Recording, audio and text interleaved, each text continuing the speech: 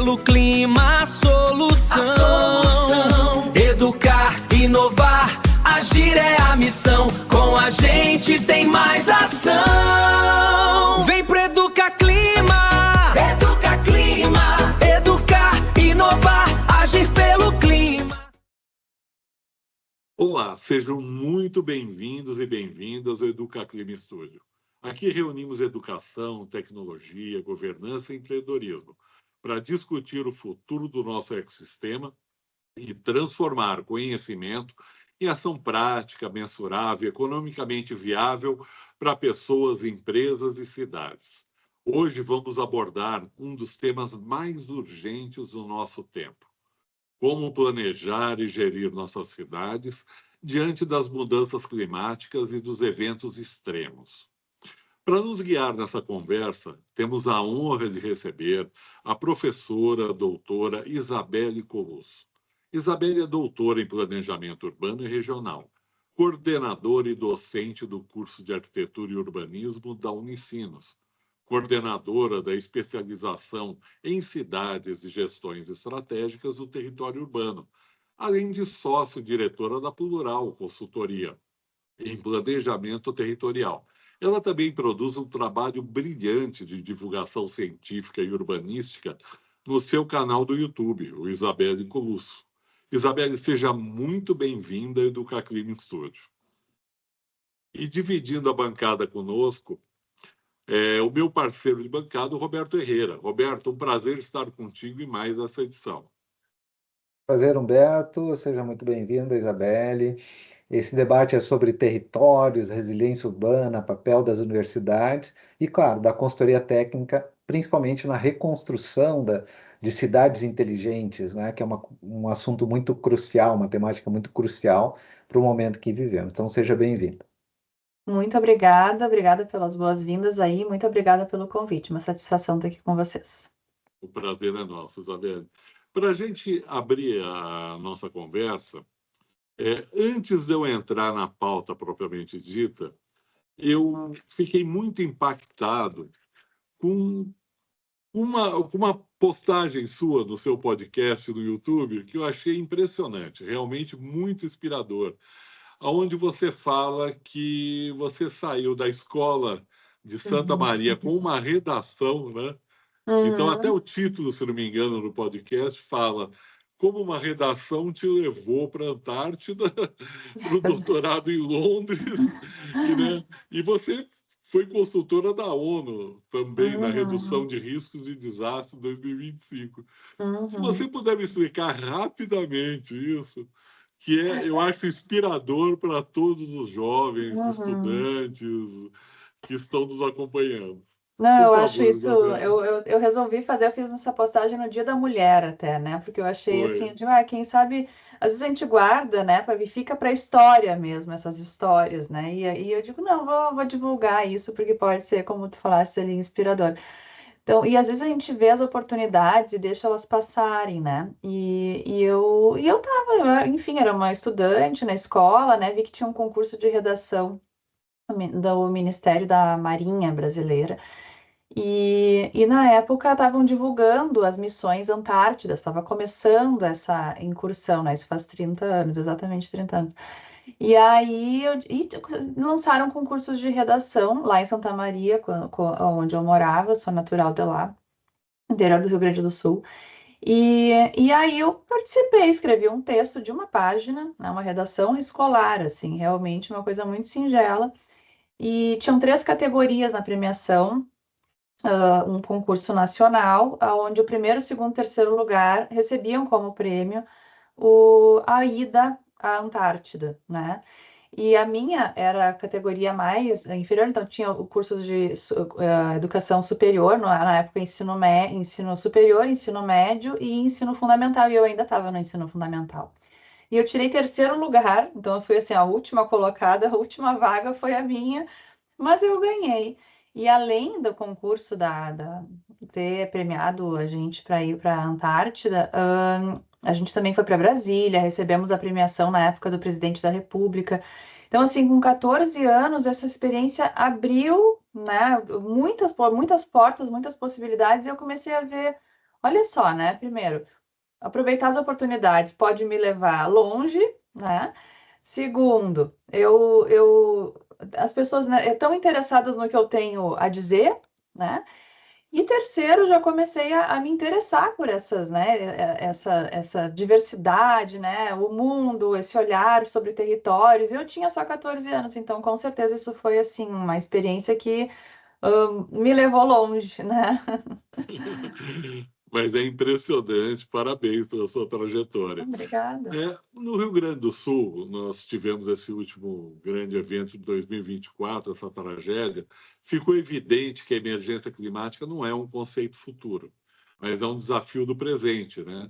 Na sua visão, como planejadora urbana e acadêmica, onde as nossas cidades mais falharam no diagnóstico territorial ao longo das últimas décadas? E qual a virada de chave urgente que a gente precisa dar?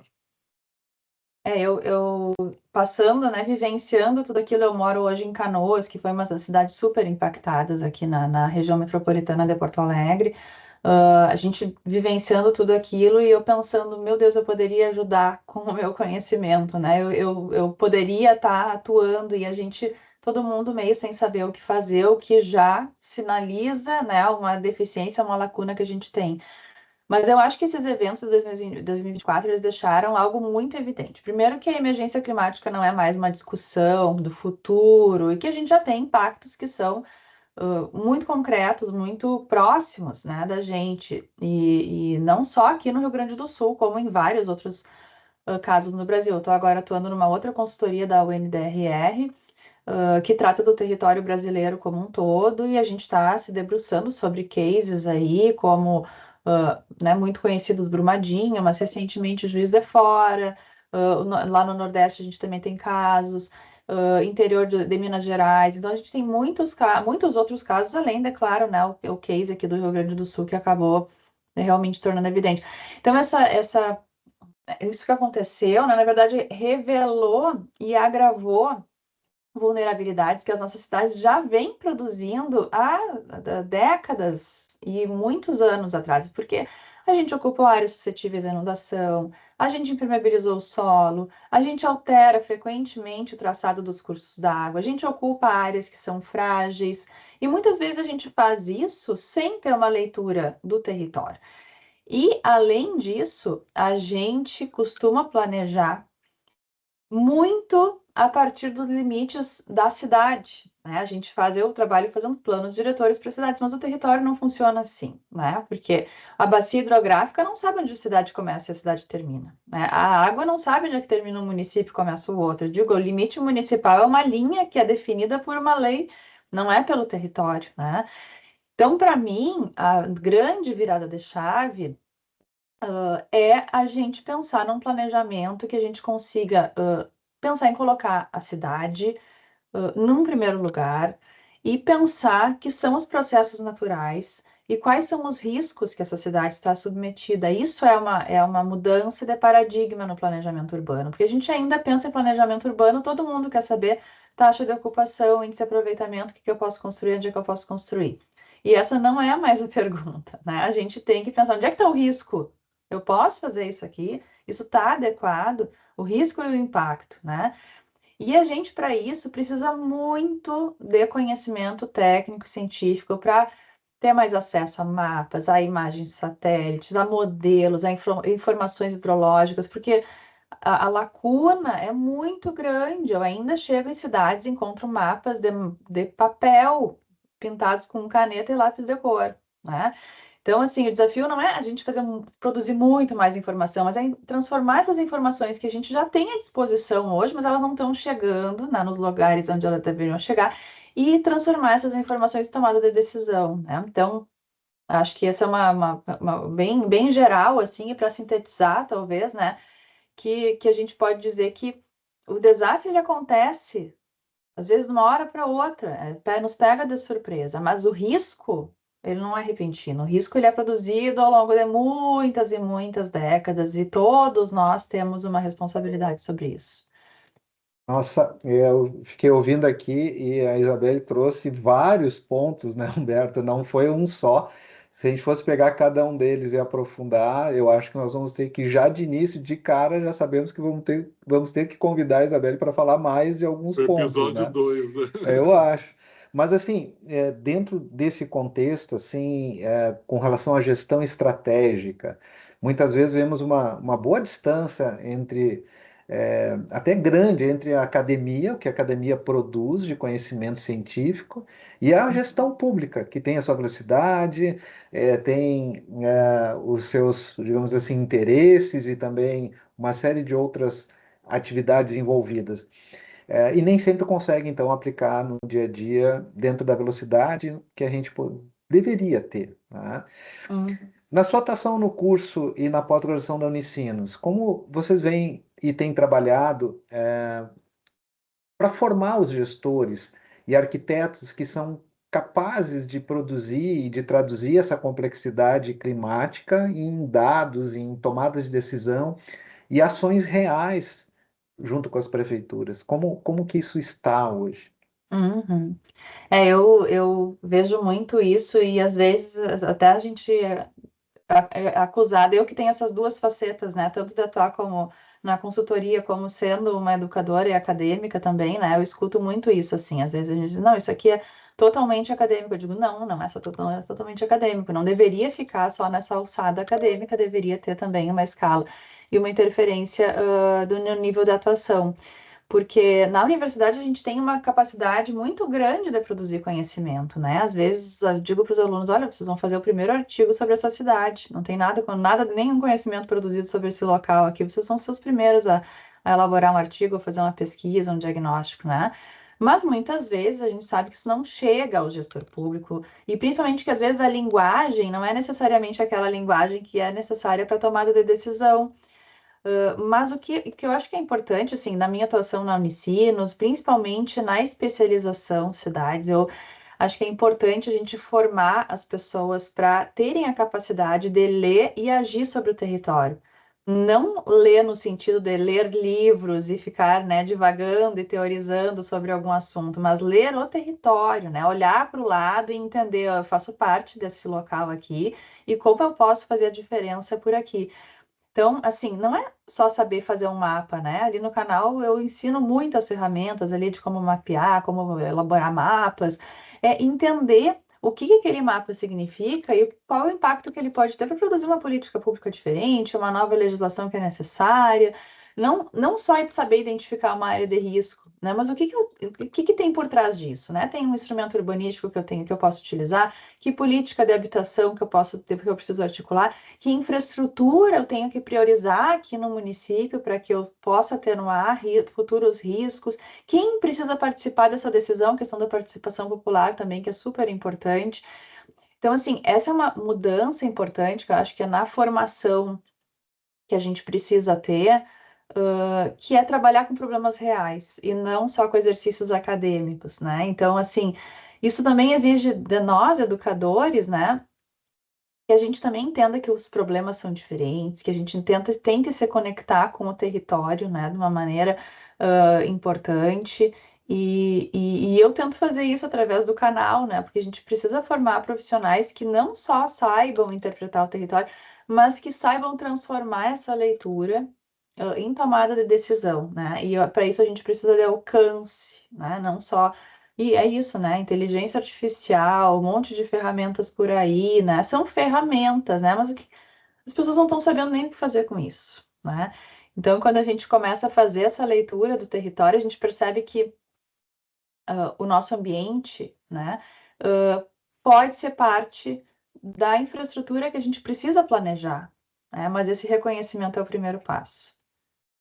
Isabelle, no seu canal do YouTube, seus artigos, você aborda com bastante propriedade, né, a questão do uso do solo e da infraestrutura verde, né? Quando nós olhamos para a bacia hidrográfica do Vale dos Sinos e para a região metropolitana, como o conceito de cidades esponjas e soluções baseadas na natureza se contrapõe às obras tradicionais de engenharia pesada? Bom, eu acho que a primeira questão é a gente relativizar essa colocação, né, entre soluções baseadas na natureza e obras de infraestrutura, de engenharia mais pesada, né? Eu acho que a primeira coisa é a gente tentar relativizar que não é uma coisa ou outra coisa, que a gente tem que entender, na verdade, qual solução que a gente precisa ter para cada situação. Reconhecer o problema é sempre o primeiro passo, né? Para quando a gente tem que tomar decisões, né, sobre qual projeto a gente deve encaminhar. Porque o que a gente tem feito hoje é tentar tirar a água da cidade o mais rápido possível, né? A gente canaliza o rio, retifica o traçado do rio, drena, impermeabiliza ou constrói grandes muros, grandes paredes, que são os diques, né, para evitar que a água chegue. Mas a gente esquece que a água, na verdade, faz parte de um sistema muito maior, numa bacia hidrográfica que tem outra escala. E a ideia das SBNs, da cidade esponja, por exemplo, que vem sendo muito comentada, ela trabalha com uma outra lógica. Em vez da gente simplesmente tentar retirar a água, a gente retém a água, a gente infiltra, armazena, desacelera e reconecta a cidade aos seus sistemas naturais. E isso é interessante quando a gente pensa aqui, por exemplo, na bacia do Vale dos Sinos, que é onde fica a Unicinos, porque a gente pode deixar de olhar só para o ponto onde a água aparece, né, onde ela fica evidente para a gente, e entender, na verdade, o funcionamento da bacia como um sistema, que é isso que ela é. Uma praça pode ser uma praça, mas também pode ser uma área de retenção. Uma escola pode ser um jardim de chuva, uma área de retenção. A gente pode trabalhar com sistemas de paisagismo, da infraestrutura, de drenagem, tudo ao mesmo tempo.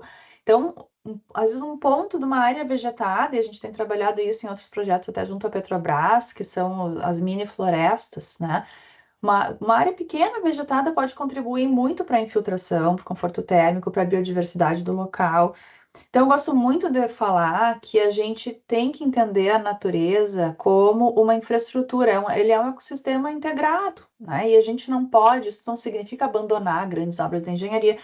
Elas, em alguns lugares, elas vão ser absolutamente necessárias. Quando, principalmente, a gente já tem uma área urbanizada muito intensa. A gente precisa agora proteger essa população. Mas, né, entender que a infraestrutura verde, para alguns lugares, ela pode ser muito útil, combinando infraestrutura cinza, verde, azul, e planejamento urbano, né? A gente pode, né, e Para Porto deve. Alegre seria uma solução? Porto Alegre é isso. Porto Alegre, Canoas, aqui toda a nossa bacia do Rio dos Sinos, que já está muito urbanizada, a gente tem que entender para aonde a gente está falando. Onde a gente já tem uma densidade demográfica muito grande, aí de fato a gente precisa agora gastar, né, correr atrás do prejuízo com grandes obras aí necessárias, os diques, os polders, né, as casas de bombas, mas para outros lugares onde a gente tem ainda banhados, áreas baixas, a gente consegue ainda trabalhar assim, né? Parar de tratar a natureza como paisagismo e tratar a natureza como infraestrutura, né? Que é uma coisa que na minha área é bem, né? Eu sou arquiteta urbanista, mas na minha área o pessoal vê muito, é paisagismo, né? Então, não é só paisagismo, não é só deixar bonito o espaço, embelezar o espaço, né? Isabelle, entrando um pouco na tua experiência prática à frente da consultoria, que é a Plural Consultoria, vocês participam da elaboração de planos diretores municipais, planos locais de habitação, principalmente de interesse social, né? Na prática, a população vulnerável é sempre a mais impactada pelos eventos climáticos extremos, a gente já sabe disso, né? Uhum. Como elaborar um plano diretor que não seja apenas um documento burocrático que fica ali na gaveta e realmente transformar isso numa ferramenta real de proteção social, de habitação segura? Como que se faz isso? Uhum. Eu acho que o primeiro passo é a gente faz algumas perguntas quando a gente elabora um plano diretor, e muita gente pergunta assim, como é que essa cidade vai crescer, né? Até tradicionalmente se chamava assim, planos de desenvolvimento urbano, né? Assim, será que a gente ainda precisa desenvolver as cidades? Né? Será que é isso que a gente está fazendo agora? Será que é como a cidade vai crescer sem produzir novas vulnerabilidades, né? Ou sem produzir novos riscos dentro da cidade? Né? Acho que isso é tentar incorporar o risco ao planejamento desde o início. Então, assim, hoje em dia, um plano diretor ele tem que mudar essa lógica, né, de pensamento. A gente precisa, primeiro, claro, saber identificar onde é que estão os territórios mais vulneráveis, mas não só identificar, fazer aquele diagnóstico que funciona para a gente dizer que cumpriu uma etapa, né, num checklist, assim. E tem que transformar essa informação depois em regra, né, em lei que alguém vai cumprir. E não só isso, né? Em prioridade de investimento, em política pública, que aí vai proteger a população que está mais vulnerável, que é a questão da justiça ambiental, né? Falar assim, racista tem também a questão da justiça ambiental, que é muito comentada hoje em dia. Então, a questão habitacional é super importante, porque às vezes aquela população, assim, a gente não tem como, vamos sugerir a retirada, né? A remoção da população, vamos sugerir que essa população, né, saia daqui. Às vezes a gente tem que discutir, na verdade, novas tipologias, porque a população vai ficar ali.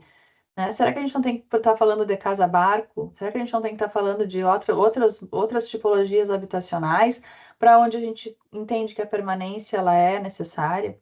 Então, assim, não é só dizer, né, que uma população está ocupando uma área de risco. Se a gente não oferece uma alternativa habitacional que seja segura ou viável para aquela população, ela vai continuar, né, atendendo aos requisitos de vulnerabilidade.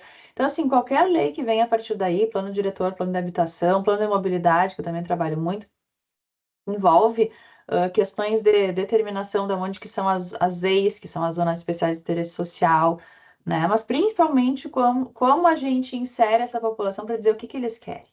Né? Porque a gente chega de cima para baixo, né, com aquele olhar assim de a melhor solução para vocês é, né? E a gente traz esse endereço, e na verdade elas não querem outro endereço, elas querem aquele endereço ali. E a gente daí tem que pensar em outras alternativas, né? Então, assim, trazer as pessoas para a discussão, né? Pensar que o que a gente está fazendo é para elas, e porque assim, não tem muita gente está mexendo e conhecimento técnico com conhecimento do território, com conhecimento das pessoas, que quem conhece o território melhor do que quem vive ali, né? Muitas vezes a gente chega numa cidade e a gente diz, não, o mapa diz que a água chegou até aqui. Eles dizem, não, tá errado esse mapa aqui. Qual é a fonte desse mapa? Uma fonte tirou lá do SGB, do sistema, tá. Não, eles dizem, não, chegou até aqui, chegou até a metade da quadra ali, porque eu vi, eu estava aqui. Né? Então, a gente tem que conferir essas informações com quem mora no território. E o plano diretor, ele não pode ser só um plano de crescimento, de desenvolvimento urbano, ele tem que lidar com a redução da vulnerabilidade da justiça ambiental, né, que as pessoas estão trabalhar, né, a favor disso. E a remoção, né, das pessoas da área que vive, às vezes, é muito traumática, né? Porque a pessoa constrói toda uma vida com pessoas em seu bairro, em sua comunidade, e de repente ela é deslocada. Alguns planos deslocam as pessoas para regiões afastadas e que complica, né? Complica bastante essa situação. Exatamente, não. Quando a gente precisa partir para essa alternativa, né, é sempre muito dolorosa, dolorida para todo mundo que está envolvido, porque é isso, as pessoas precisam daí construir uma nova vida e ainda dizer o que vai ser feito com aquele território, que não vai mais ser ocupado por aquela população e não deveria ser por outras também, porque no momento que a gente, né, remove uma população e não faz nada com aquela área, aí a gente tem que também, né, dizer assim, bom, então, qual é o uso que essa área deve ter, então? Que é o que está acontecendo lá no Vale do Taquari, né, em algumas áreas que a gente chamou de áreas de arraste, porque a água não só subiu e ficou acumulada, como ela passou e arrastou tudo. A gente chama, são zonas de enxurrada, a gente deu esse nome lá no Vale do Taquari, como zonas de arraste. E algumas cidades já estão promovendo projetos de parques alagáveis, né? Porque os bairros não existem mais, eles estão, as áreas foram totalmente devastadas. E aí a população entendeu, com a perda das casas, com a perda da infraestrutura, com a perda das vidas das pessoas, que ali não dá para ocupar. Então, precisou um exemplo muito danoso, né, para todo mundo. E aí, sim, as cidades estão conseguindo endereçar projetos de parques alagáveis, Cruzeiro do Sul, Imussum, e Arroio do Meio, né? São 3 exemplos aí de projetos bem interessantes que estão sendo encaminhados para essas zonas, né? De onde antes existiam bairros inteiros e casas e que agora, né, vão ter um outro uso e ocupação. Isabelle, o plano diretor, a gente observa que às vezes ele leva anos para ser revisado, né? Mas os eventos climáticos estão ocorrendo cada vez em intervalos menores, né? E cada vez mais intensos, né? Como é que a gente consegue conferir agilidade aos instrumentos urbanísticos? É possível implementar essas zonas especiais de interesse social climática ou mecanismos de incentivo fiscal e mitigação do risco que possam funcionar nesse curto prazo para os municípios? Como é que você vê isso? Quando a gente estava ali atuando no Vale do Taquari, a gente teve alguns produtos emergenciais, né? A gente chama de emergenciais. Foi assim, precisávamos conhecer e produzir um zoneamento de risco urgente, para a gente saber onde é que estava o risco. E a gente tinha diretrizes prioritárias de ocupação, né? Assim, para a gente, antes do plano diretor, sabendo que o plano diretor demoraria muito tempo para ser elaborado, e agora ele ainda precisa ser aprovado junto às câmaras e vereadores. A gente sabe que esses processos são lentos e dependem de cada município. A gente pensou, não, vamos produzir esses documentos emergenciais para ajudar as prefeituras a pensar nesses casos que eu citei ali, para onde que vão essa população que vai ser removida? Elas podem voltar para onde elas estão? Quais são as áreas seguras? Para a gente não tirar a população de uma área de risco e colocar em outra área de risco. Então, eu acredito muito que a gente, concordo totalmente, assim, a gente tem uma velocidade, né, no planejamento que é diferente, né, dos projetos. A gente tem escala de planejamento, escala de projeto, né? O projeto ele é mais rápido, o planejamento ele demora mais. E existe espaço, tá? Na minha opinião, eu tô falando muito sobre isso toda vez que eu tenho oportunidade, porque eu acho que existe muito espaço para a gente ter mecanismos mais ágeis. Não só de planejamento, mas principalmente de transformação em legislação, de contratação de projetos necessários para cidades. Que a gente estava vendo aqui todo mundo precisando que as coisas acontecessem, e agora, 2 anos e meio depois de tudo que aconteceu, a gente tem projetos que não foram encaminhados ainda porque ainda estão sendo licitados. Mas assim, cadê a emergência nisso? Onde é que está? Onde é que está a mudança? A mudança não é só climática, a gente tem que ter uma mudança de pensamento também nisso tudo, né? Então, eu acho que essa lógica é territorial, mas é de toda a governança envolvida, né? A gente começa identificando áreas prioritárias, utilizar que instrumentos a gente tem ali para induzir, né, e proteger a população vulnerável no primeiro momento, mas de forma mais ampla, a gente tem que pensar que a grande questão é ter uma capacidade mais adaptativa para tudo que envolve planejamento urbano. Porque o plano diretor, sendo um instrumento urbanístico, ele precisa ser capaz de acompanhar uma realidade que está mudando muito mais rapidamente do que o ciclo tradicional de revisão dos planos. Porque daqui a 10 anos a gente revisa o plano diretor, sim, mas enquanto isso aconteceram. Eu estive numa cidade agora trabalhando, eu digo, perguntando para o prefeito, o prefeito, né, o senhor não se reelegeu antes, né, agora já está. Trocou a gestão, e aí ele disse, olha, eu peguei 18 enchentes nos 4 anos que eu tive na frente, daí eu não aguento mais, eu tô cansado. E o plano diretor não deu conta de atender, né, isso tudo que estava ali. A gente estava ali revisando o plano diretor com base no risco. O planejamento ele não pode ser mais lento do que o risco que ele pretende administrar, senão ele não vai se conectar nunca com o território, né? Isabelle, falaste que trabalha bastante com mobilidade urbana e esse é um outro pilar fundamental, né? Quando pensamos em descarbonização e transição energética dentro das cidades, a mobilidade, principalmente sustentável, ela surge como uma peça-chave. Eu vejo quase como imprescindível isso, né? Como conectar o planejamento de transporte público e mobilidade ativa com a redução de pegada de carbono urbana nas cidades, principalmente de médio e grande porte, onde isso é um problema maior? Eu sempre, quando a gente começa a falar sobre mobilidade, eu penso que a gente tem que começar essa discussão um pouco antes do transporte, claro, estou puxando para o ponto do planejamento urbano, né? Porque a gente fala em descarbonização, a gente pensa naquela coisa bem, bem imediata, né? Trocar o carro elétrico, o carro a combustão por carro elétrico, né? Essa assim, a solução, tá. Isso acho que já está acontecendo, a gente está vendo isso acontecer.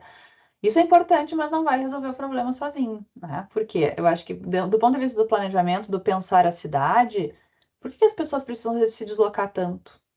Por que é tudo tão longe, tão distante, tão desconectado? Se a gente consegue aproximar a casa das pessoas, o trabalho, comércio, serviço, tudo que a gente tem, né, no nosso dia a dia, tem conceito para isso que se chama cidade de 15 minutos. e é um dos vídeos mais polêmicos do meu canal, inclusive, porque tem umas questões políticas envolvidas nisso. A forma urbana é parte dessa política climática, né, dessa justiça ambiental, né, porque eu não estou falando aqui em aprisionar pessoas, né, ou prender todo mundo dentro de uma muralha, não é isso que a gente está falando, a gente está falando da pessoa que precisa percorrer 2 horas por dia dentro de um ônibus, né, para conseguir chegar ao seu local de trabalho diariamente, e porque ela não tem oportunidade, né, porque ela não consegue estar inserida no mercado formal. Então, essas são as alternativas, né, que a gente precisa reconhecer, como falaste ali, né, o transporte coletivo mais acessível, a cidade caminhável, a bicicleta, né, outros modais, talvez não motorizados. E isso, talvez, numa cidade muito grande, a gente tem que combinar tudo isso para isso funcionar. Mas numa cidade média ou uma cidade pequena, a gente consegue fazer isso ou ter esses endereços muito mais, de forma mais assertiva. Mas a cidade média, a cidade pequena quer ser média, e a cidade média quer ser grande. E os exemplos que essas cidades têm são sempre dessa cidade que é tudo longe, tudo distante, tudo desconectado. E o sonho da cidade, eu chego, eles querem ter um condomínio fechado lá longe.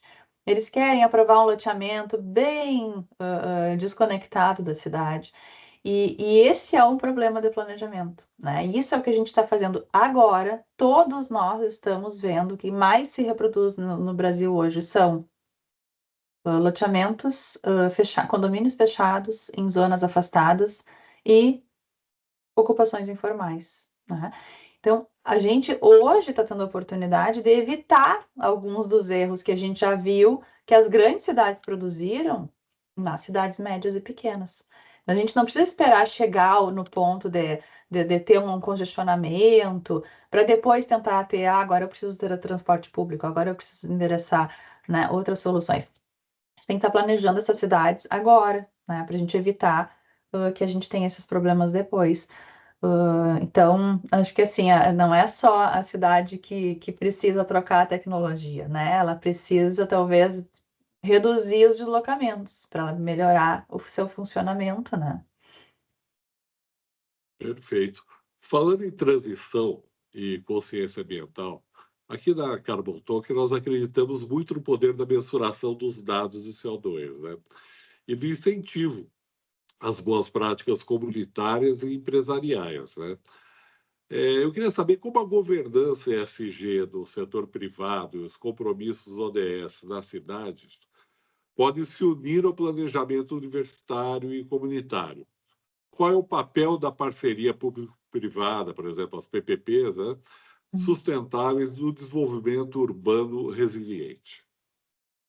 Essa é uma resposta que é uma pergunta bem interessante, que eu acho que tem uma oportunidade muito grande de aproximar esses atores, né? Porque às vezes a gente vê assim, parece que são competidores por espaços, né, da cidade. E uma outra coisa que eu acho importante é a gente deixar de pensar no ESG como uma agenda corporativa, né? Às vezes aquele checklist, né? Cheio de coisas aqui na nossa, a gente tem os selos, né? Selos LEED, selos de coisa, e todo mundo fica preenchendo tabelas, né? Tá, mas e o que está acontecendo de fato, né? Na mudança da consciência, na mudança do território? Quando uma empresa ali está falando, vamos incorporar ESG, qual é o problema que ela está tentando resolver? Onde é que está esse problema? Né? Quem é que está vivendo esse problema todos os dias? Que resultados que ela pretende ter?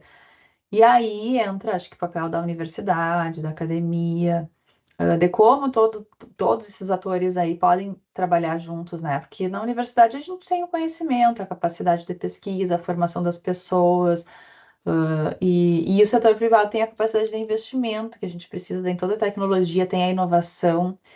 O poder público tem, né? Ele que vai aprovar as leis no final disso tudo, né? É ele que vai priorizar investimento, dizer que eu vou investir aqui antes dali. E a comunidade que é que vai ser impactada. Então, assim, aproximar tudo isso, né? É o que é o sonho, né? É o que a gente gostaria que acontecesse. Mas às vezes o pessoal fala, e aqui no Rio Grande do Sul isso foi um discurso bem evidente, né? Que como se fosse assim, o privado resolveu os problemas das pessoas, né? Porque o público não deu conta da velocidade que era necessária, né? Então, assim, vamos funcionar como uma empresa que a gente consegue endereçar os problemas.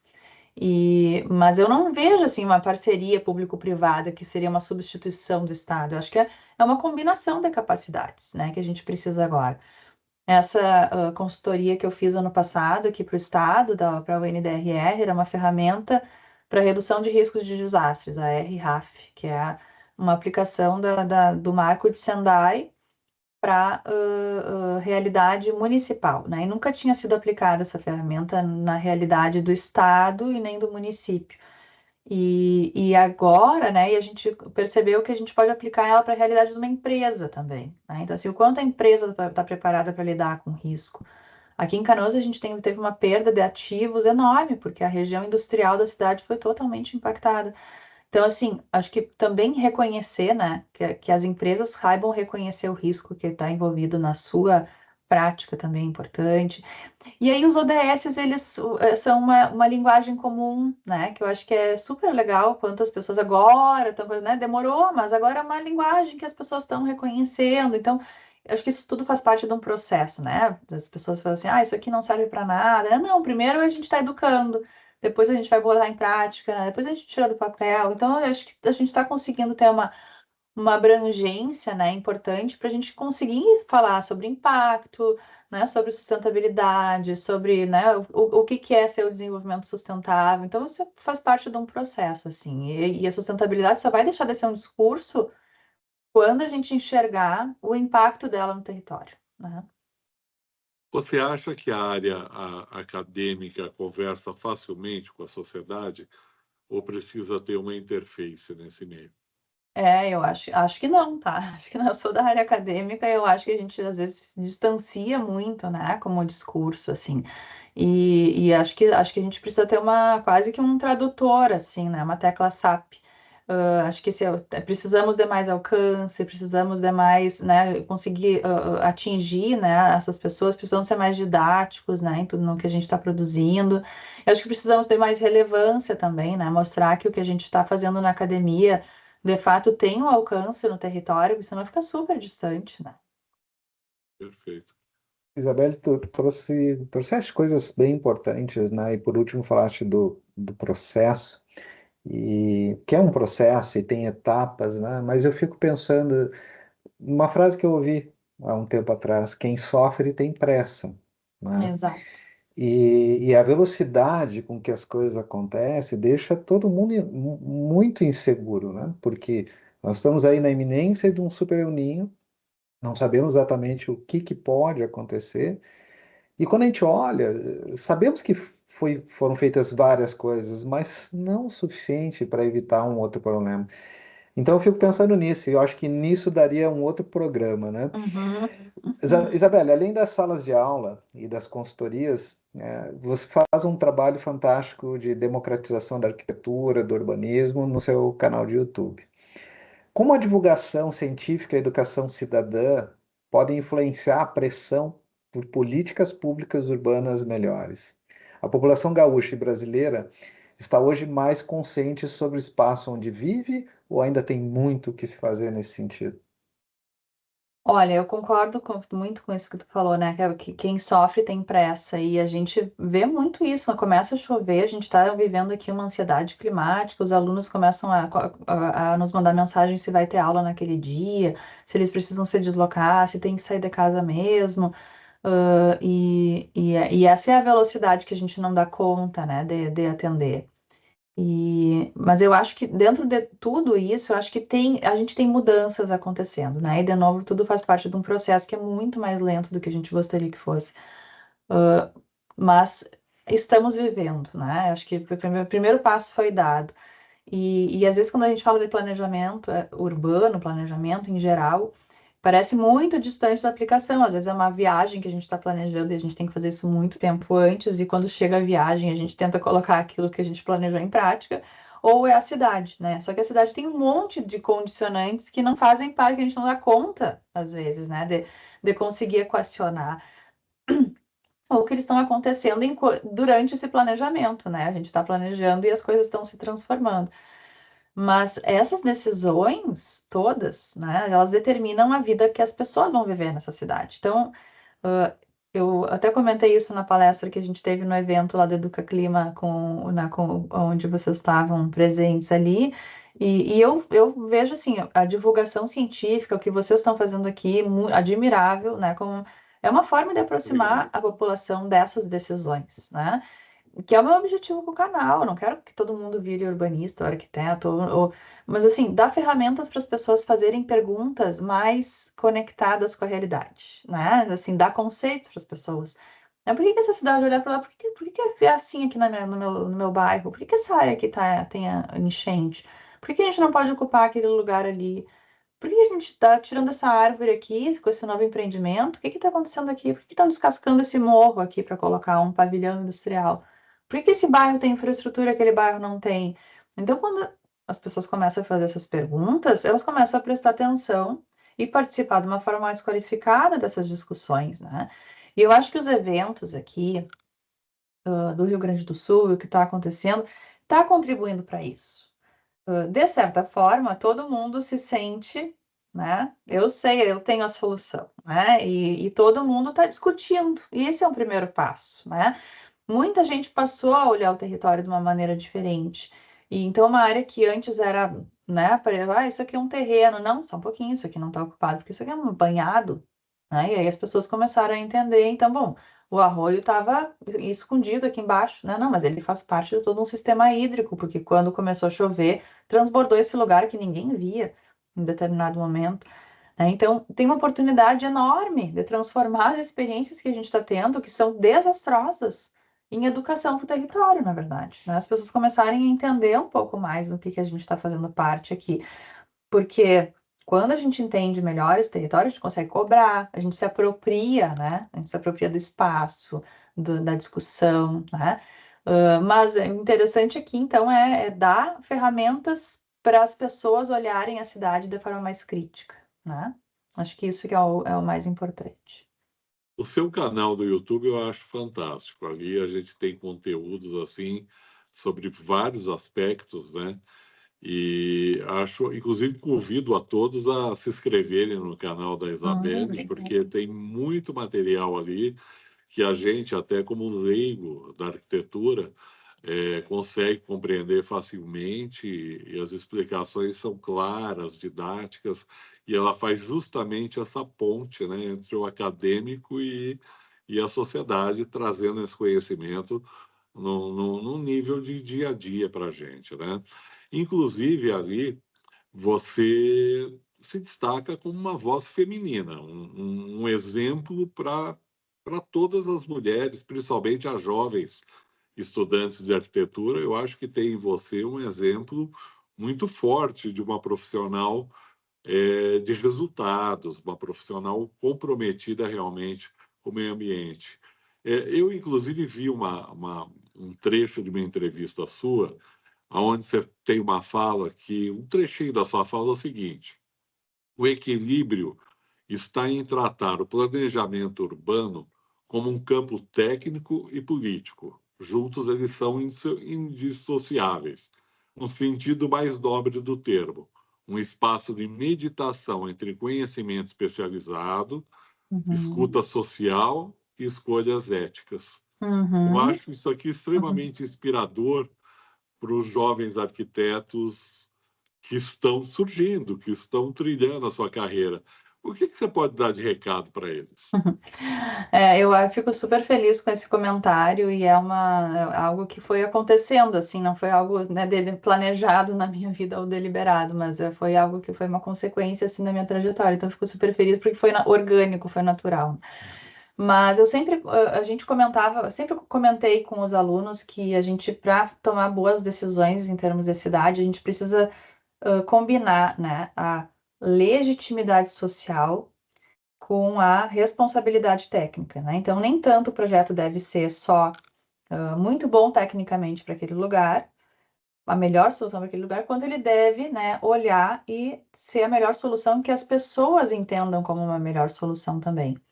Mas o que une essas duas questões é a ética, né? A gente tomar boas decisões né, escolher esse caminho com base no que a gente, né, antigamente a gente tinha essa disciplina no colégio, moral e ética, né, com base em né, princípios morais, né, que a gente entenda os valores, porque isso diz muito sobre a maneira como a gente se sustenta, né, e a sustentabilidade tem muito disso também, né, os pilares da sustentabilidade, e a questão ética, né, para a gente tomar boas decisões agora que vão ter um impacto no futuro também, né, porque, então, assim, esse é uma rede, né, de relações entre a questão social, né, a questão técnica, e às vezes a gente é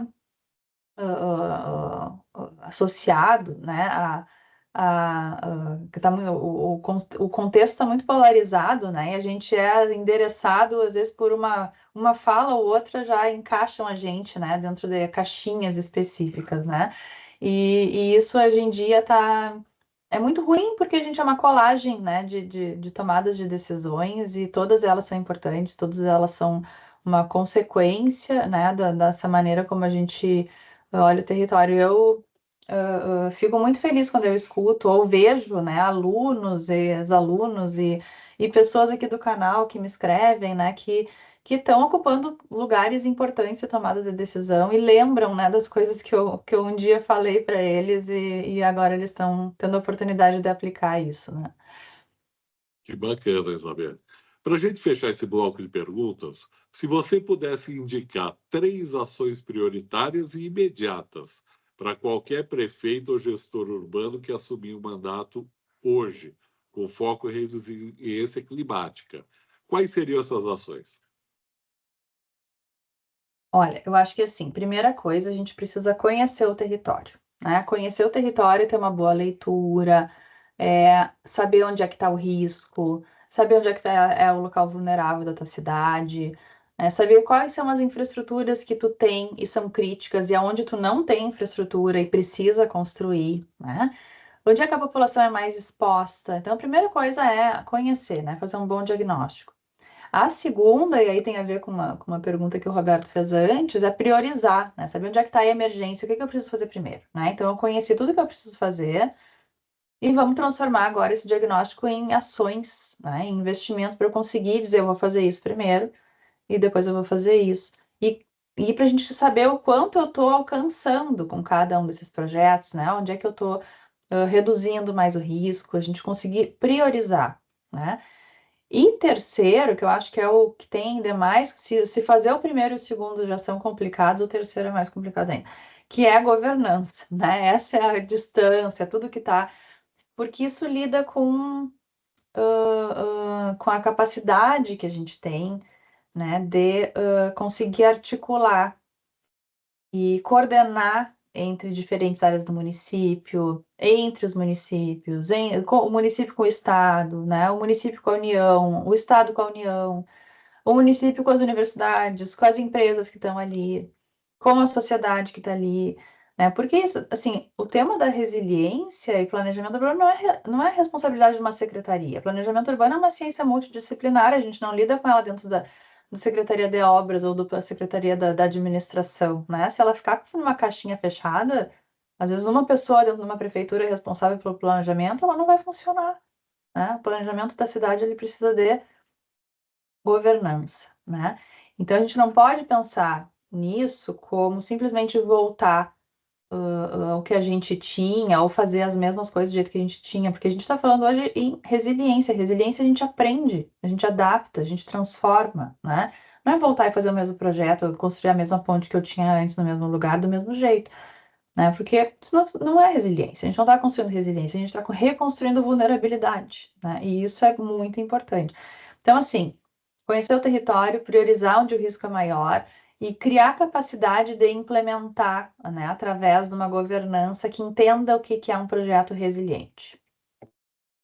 Certo? Perfeito. Tivemos uma bela de uma aula hoje.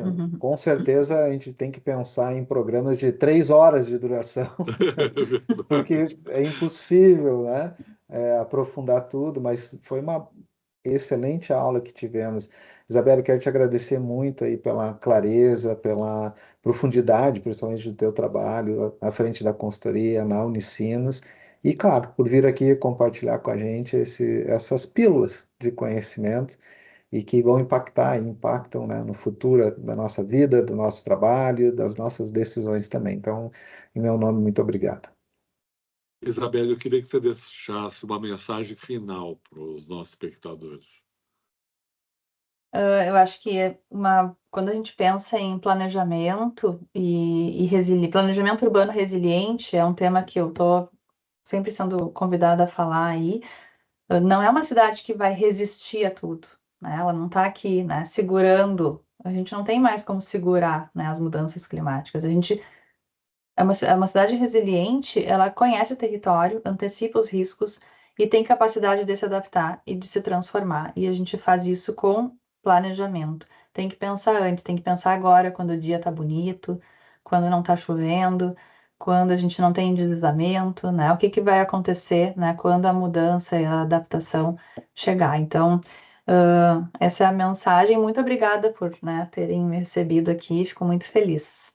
Foi sensacional, Isabelle. Eu agradeço demais a sua presença, a sua contribuição no Educa Clima Studio. Quem quiser acompanhar o trabalho da professora Isabelle, inscreva-se no canal do YouTube da Isabelle Colusso e conheça também os programas de pós-graduação e extensão da Unicinos em gestão estratégica do território. E você que nos acompanhou até aqui, o Educa Clima é uma iniciativa que visa transformar o conhecimento em impacto real. Você pode baixar gratuitamente o aplicativo da Carbon Token, acompanhar suas medições e ajudar a se envolver para reduzir as emissões de carbono do nosso planeta. Muito obrigado pela sua audiência, muito obrigado, Isabelle, muito obrigado, Roberto. Um grande abraço a todos e até o próximo episódio do Educa Clima Studio. Muito obrigado, pessoal. Até mais. Obrigada. Tchau, tchau. Até mais.